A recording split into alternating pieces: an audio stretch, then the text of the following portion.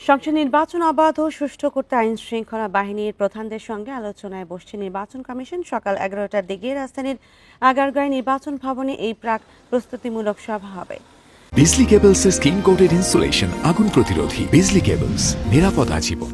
সাম্প্রদায়িক সম্প্রীতি ও সংখ্যালঘুদের নিরাপত্তা, অবৈধ অস্ত্র ব্যবহার ঠেকানো ও নিয়ন্ত্রণ নিয়ে হবে আলোচনা। একই সঙ্গে কৃত্রিম বুদ্ধিমত্তা ব্যবহার করে সামাজিক যোগাযোগ মাধ্যমে ভুল ও মিথ্যা তথ্য প্রচার বন্ধের কৌশল নির্ধারণ গুরুত্ব পাবে।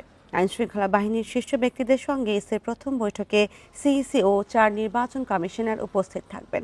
বৈঠকে স্বরাষ্ট্র সচিব, সেনা ও বিমান বাহিনীর প্রধান, সশস্ত্র বাহিনীর principal staff officer, IGP, BGB, coast guard, Ansar ও বিডিবি সহ গোয়েন্দা প্রধানদের আমন্ত্রণ জানিয়েছে ইসি।